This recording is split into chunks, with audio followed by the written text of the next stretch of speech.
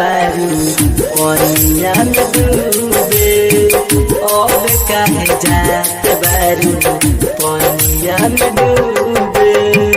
2-3 दिन रहलू माई खुशिया दिहल खूबे 2-3 दिन रहलू माई खुशिया दिहल खूबे अब काहे जात बारू पनिया में डूबे अब काहे जात बारू पनिया में डूबे अब काहे जात बारू पनिया में डूबे।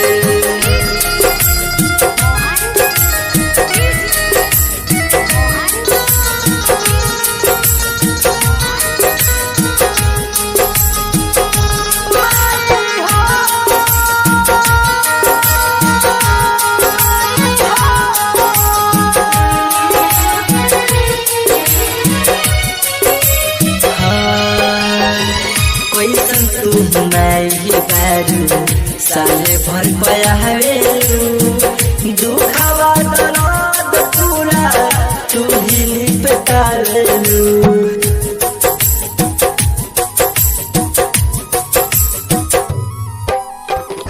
कैसन तू ही माई बारू साले भर पया हवेलू दुखावा दर्द पूरा तू ही निपटालेलू।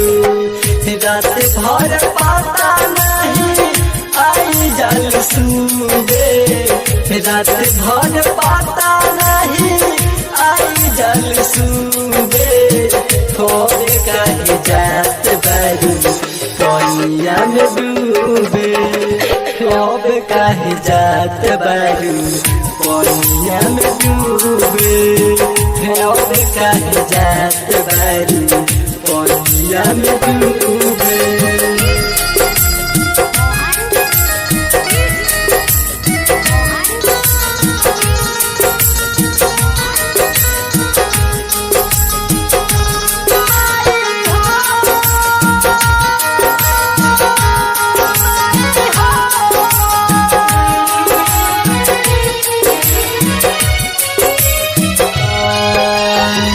राइटर नवीन परमाई फेर दिन जहरिया सूर्या सतीश माई अइले दुआरिया।